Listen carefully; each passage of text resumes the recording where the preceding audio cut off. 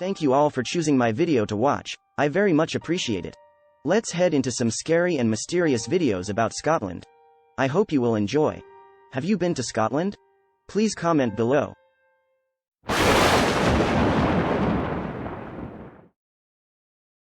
The sun was setting, casting long shadows over the gnarled woods of Scotland as the group of hikers pushed deeper into the forest.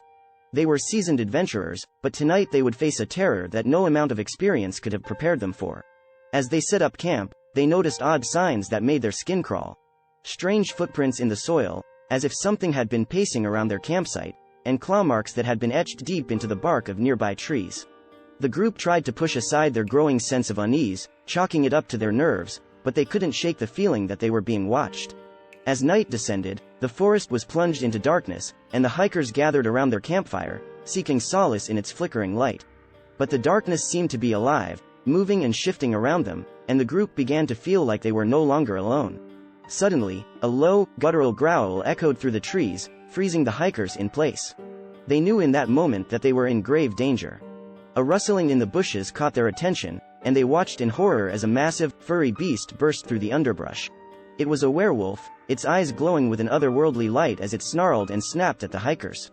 They scrambled to their feet, their hearts pounding in their chests, and fled as fast as they could, the werewolf hot on their heels. The hikers ran blindly through the forest, their fear lending them speed, but they could not shake their pursuer. The werewolf was always there, lurking just out of sight, watching and waiting.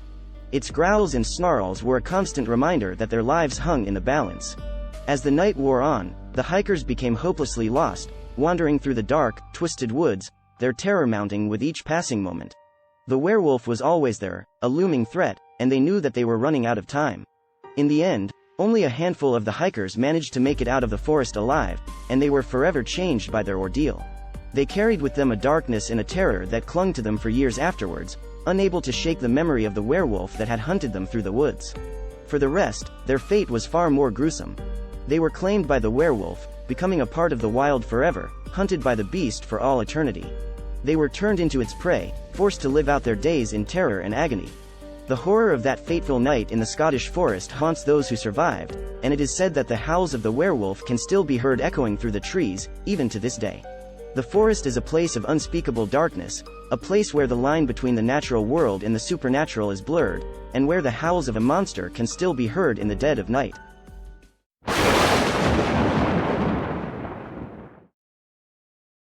The tourists arrived in Scotland late at night, their bus slowly making its way through the winding roads of the Scottish Highlands. The passengers peered out of the windows, their faces lit by the pale moonlight, and the mist that clung to the ground like a ghostly shroud.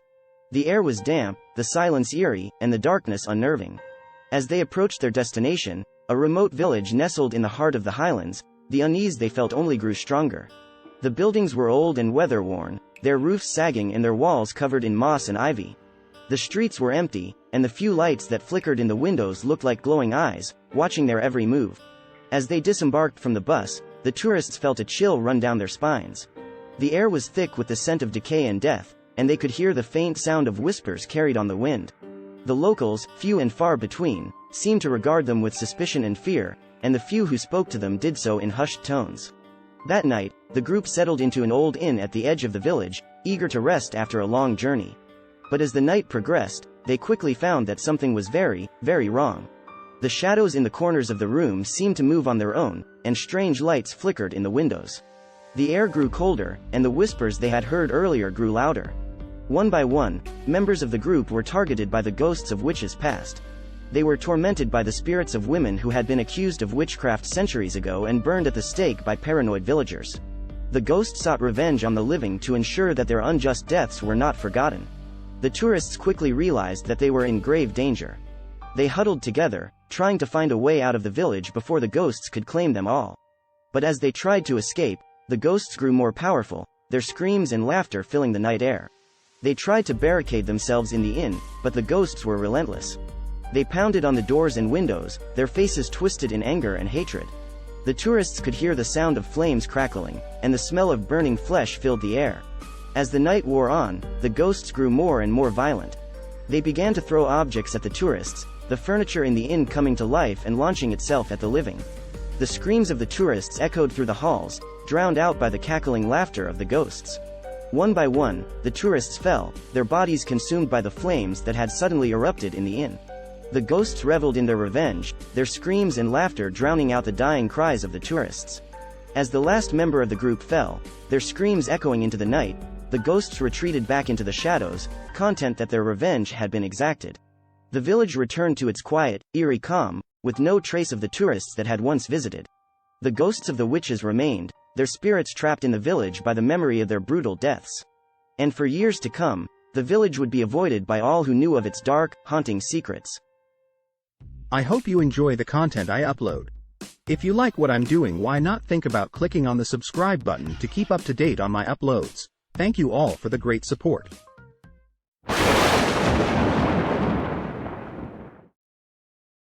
The Scottish Highlands were shrouded in darkness as the group of tourists boarded the tour bus, eager to explore the mystical land.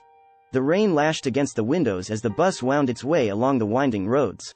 The tourists peered out, their excitement tinged with a sense of unease as they looked upon the ancient forests and rugged mountains. Suddenly, the bus screeched to a halt, causing the tourists to jolt forward in their seats. The driver, a grizzled Scotsman, stepped out into the driving rain, his umbrella barely shielding him from the deluge. He peered under the hood and shook his head, his face etched with concern. "We're broken down," he said, turning to face the tourists. "We'll have to wait here until help arrives." As the rain continued to pelt down, the tourists huddled together anxiously. Hours passed, and still there was no sign of rescue. As the night drew on, the driver made a fateful decision. "We have to leave," he said, grabbing his coat and umbrella. "I'll go and get help. Stay here, and don't move." The tourists watched as the driver disappeared into the darkness, his silhouette quickly swallowed by the fog. But as the hours ticked by, their patience began to wear thin. Finally, they decided to take matters into their own hands. "We can't wait here any longer," said one of the tourists, a middle-aged man from America. "We have to find help ourselves." The tourists set out on foot, their shoes squelching in the muddy ground. The fog was so thick that they could barely see their own hands in front of their faces. But as they stumbled through the mist, they began to hear strange noises in the distance. "What was that?" whispered one of the tourists, a young woman from England. "I don't know," replied another, a man from Germany. "But we have to keep moving." As they trudged through the darkness, they stumbled upon a small village. But it was unlike any village they had ever seen. The houses were all run down and dilapidated, with broken windows and overgrown gardens. There was not a soul in sight. The tourists entered a creepy old inn, hoping to find some food and shelter. But inside, they found something much more sinister. The innkeeper was an old, menacing Scotsman with a gnarled cane and a sinister grin. He warned them to leave at once or suffer the consequences, but they had nowhere else to go. That night, the tourists were awoken by strange noises and whispers. The walls seemed to be closing in on them, and they felt as though they were being watched. As they tried to leave the village the next morning, they were met by the innkeeper and a group of villagers wielding pitchforks and torches. They had taken on a frenzied, maniacal appearance, and the tourists knew they were in grave danger. But what they didn't know was that the village was home to an ancient coven of witches, practicing their dark magic in secret for centuries. The coven had been waiting for outsiders to stumble upon their village, and now that the tourists were there, they were not going to let them go. The witches emerged from the shadows, their eyes aglow with dark energy. They began to chant in a language the tourists didn't understand, and the air crackled with an otherworldly power. The witches were a terrifying sight to behold, with long, tangled hair, and twisted, gnarled fingers. They chanted in an ancient language and raised their arms to the sky. Suddenly, the ground began to shake, and the tourists knew that they were in grave danger. One by one, they were dragged to the center of the circle, where the witches began to chant louder and faster. The tourists screamed in terror as they were subjected to unspeakable horrors. The end was here. The tourists had stumbled into the coven's most important ritual, the sacrifice of outsiders to appease their dark gods. The bus breakdown was no coincidence, it had been orchestrated by the coven to lure the unsuspecting tourists into their trap. Rumors began to circulate that the ancient witch coven had claimed yet more victims. To this day, nobody dares to enter the cursed village, and it remains a dark, foreboding place, haunted by the ghosts of those who dared to cross its threshold. The legend continues to this day.